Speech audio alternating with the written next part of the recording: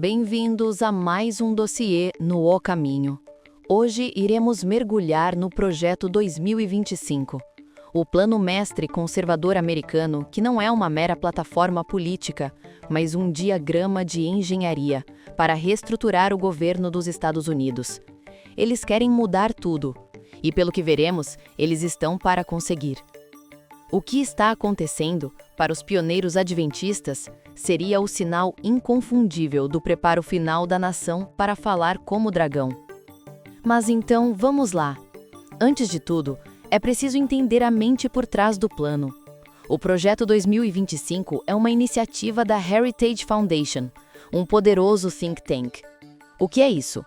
Um think tank é um tanque de pensamento, uma organização dedicada a pesquisar e advogar por políticas públicas. A Heritage, fundada em 1973, é uma das mais influentes, pois não apenas sugere ideias, mas também constrói a infraestrutura necessária para implementá-las. O Projeto 2025, em simples palavras, nada mais é do que um manual de transição, elaborado por esta máquina de influência. Um documento de mais de 900 páginas que detalha como um novo presidente conservador deve desmantelar e remodelar o Poder Executivo Federal em 180 dias, preenchendo até 50 mil cargos com pessoas leais à agenda, leais ao projeto. A perspectiva do pioneiro sobre um plano desta escala seria clara, pois no final do século XIX, homens como A.T. Jones viram algo similar. O movimento pela lei dominical promovido pela National Reform Association, como a organização final das forças morais para assumir o controle do Estado. O Projeto 2025 é o ressurgimento desta mesma agenda de moralidade estatal, mas com a sofisticação burocrática, com um toque de modernidade que o governo da besta, semelhante ao cordeiro, precisava. O cerne político do Projeto 2025 é a teoria do executivo unitário. Essa teoria propõe que todo o Poder Executivo Federal deve estar sob o controle direto e absoluto do presidente, eliminando a independência de agências e ministérios. Um mecanismo para isso é a ressurreição do chamado Schedule F, ou Anexo F. O Schedule F é o código que permite ao Executivo reclassificar dezenas de milhares de funcionários públicos de carreira, aqueles que trabalham por mérito e são neutros politicamente, como empregados à vontade, passíveis de demissão sumária. O objetivo expresso é substituir a expertise política pela obediência política. Trata-se da institucionalização da lealdade pessoal como critério de governo, e não o serviço público. Nós, do Ministério O Caminho, vemos aqui a realização de uma profecia de mais de um século. A nação de 2 chifres, como um cordeiro, símbolo de inocência e liberdade civil e religiosa, se prepara para falar como dragão, de forma enfática. Pois sabemos que há tempos ela já vem, aos poucos, ditando sua vontade. O que estão preparando é um grande finale. Apocalipse 13:11. Falar como dragão é usar a força da lei e do Estado para coagir a consciência. E acredite, eles já estão preparados para isso. O espírito de profecia é taxativo em sua advertência sobre o resultado desse caminho quando a América se unisse às forças de opressão. Quando os Estados Unidos se unirem à Igreja para ditar a política e por influência dessa tríplice aliança, os Estados Unidos forem induzidos a repudiar todos os princípios de sua Constituição que o fizeram de um governo protestante e republicano, e fizer provisão para a propagação das falsidades e ilusões papais, então poderemos saber que já é tempo de operares. O Senhor operará em sua própria defesa. Testemunhos Seletos, volume 2, página 370. O Projeto 2025, com a sua centralização de poder, é o mecanismo político para que essa nação repudie os princípios constitucionais de separação Igreja-Estado e finalmente use a força coercitiva do Estado para impor dogmas. E assim, falar como dragão. Esse movimento nada mais é que uma imagem do nascimento da primeira besta, o império que usava a religião com a força do Estado. A segunda deseja ardentemente ter o seu momento. Agora, o componente mais perigoso do projeto 2025 é o seu mandato moral. A agenda conservadora propõe a infusão de uma moralidade religiosa, específica, baseada em valores supostamente judaico-cristãos, como política de Estado, com objetivos claros como restringir o acesso ao aborto, reverter proteções LGBTQIA+, e redefinir o conceito de família e moralidade na lei federal. O que isso significa sobre a ótica da profecia? Significa a materialização da imagem da besta. Para os pioneiros adventistas, a imagem da besta, Apocalipse 13, 14 e 15, não é uma figura política em si, mas uma estrutura eclesiástica que busca o braço do poder civil para impor seus dogmas. Essa estrutura é o protestantismo apóstata, que imita o modelo de perseguição do papado. O grande arauto dessa verdade, o pastor A. T. Jones, homem que foi levantado por Deus, afirmou categoricamente na Conferência Geral de 1893 que a imagem da besta já havia sido formada em princípio nos Estados Unidos. É isso mesmo, pode ser novidade para alguns, mas a imagem da besta foi formada no período dos pioneiros. Jones não falava de um evento futuro, mas de uma ação que já havia acontecido. Ele detalhou isso em seus sermões, focando no movimento pró-lei dominical da década anterior. Jones relatou o caso da World's Fair, a Feira Mundial de Chicago, em 1893. O Congresso americano havia aprovado uma emenda determinando que a feira deveria fechar aos domingos para obter o financiamento federal. A pressão esmagadora não veio do governo, mas de líderes religiosos protestantes unidos para usar o poder do Estado, o Congresso e o senador Henry W. Blair, que promovia a lei dominical, para impor uma observância religiosa. Jones resumiu o momento. A imagem da besta é feita quando as igrejas protestantes usam o braço do poder civil para impor seus dogmas. O que aconteceu com a feira? O dinheiro foi negado se ela abrisse no domingo. Isso é o governo civil impondo observância religiosa. A imagem da besta já foi feita. Mensagem de A. T. Jones, 1893.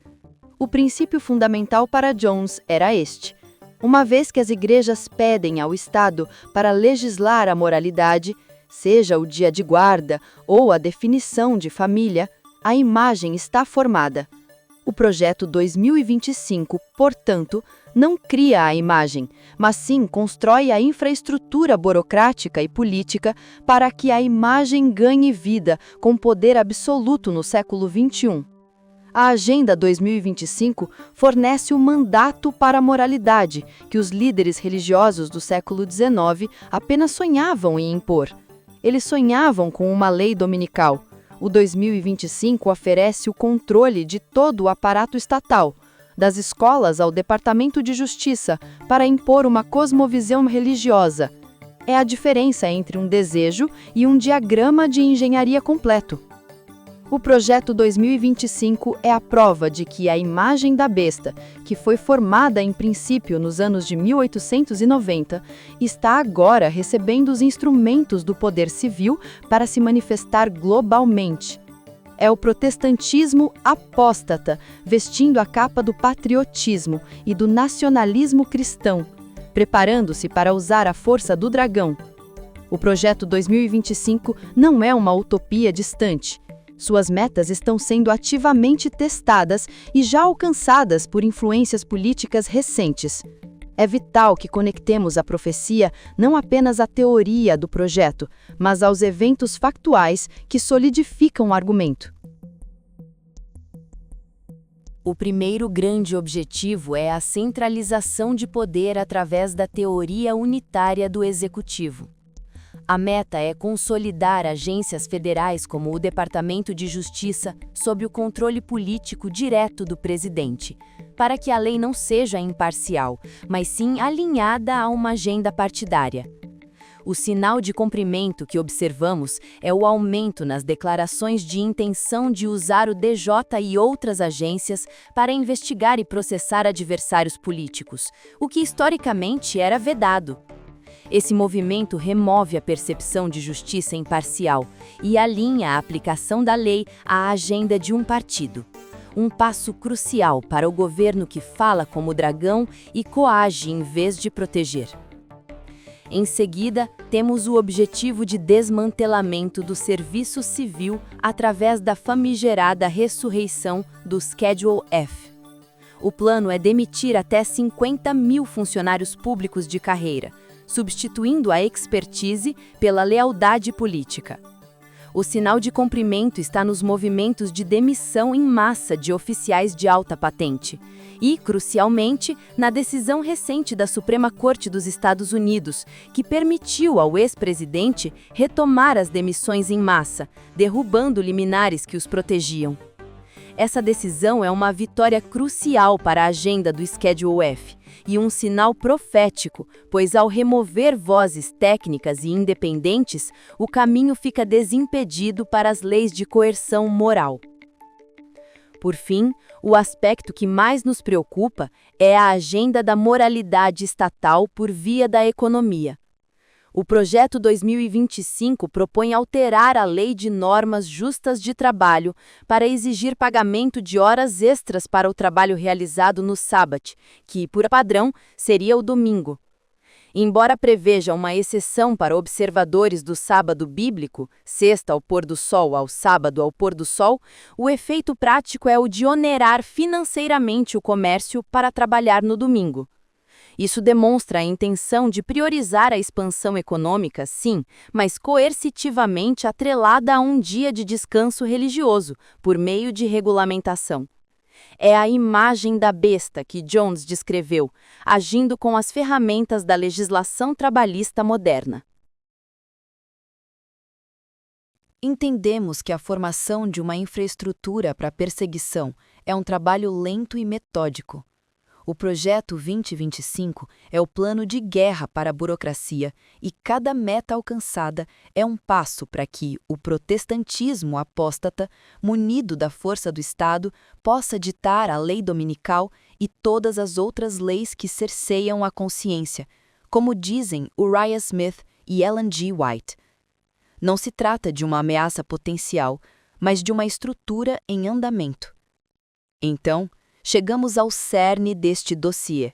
O Projeto 2025 não deve ser visto por nós como uma luta política entre direita e esquerda, mas sim como um sinal profético inequívoco da organização final dos poderes que levarão à perseguição. O Cordeiro tem que falar como dragão, para coagir o mundo a aceitar a marca. O mandato moral e a eliminação das liberdades civis são os passos necessários para que essa voz, que emana de um governo que parecia livre, se torne o rugido da tirania. O chamado dos pioneiros de Uriah Smith a A.T. Jones é atemporal. Não desperdice energia com ativismo político terrestre. Nossa luta não é contra a carne, mas contra os principados que usam essas estruturas para enganar. Já dissemos em nosso dossiê anterior, Deus abençoe o pacificador, Trump, Israel e o engano do Armagedon. Os acontecimentos para a volta de Cristo estão a todo vapor. Vivemos no fechamento da porta da graça. A verdadeira preparação não é política, mas espiritual. A vidente do Senhor nos deixou a solene advertência. Devemos ter azeite em nossas lâmpadas. Nossa fé deve se apegar ao poder daquele que é capaz de guardar o que lhe entregamos. O Grande Conflito, página 556.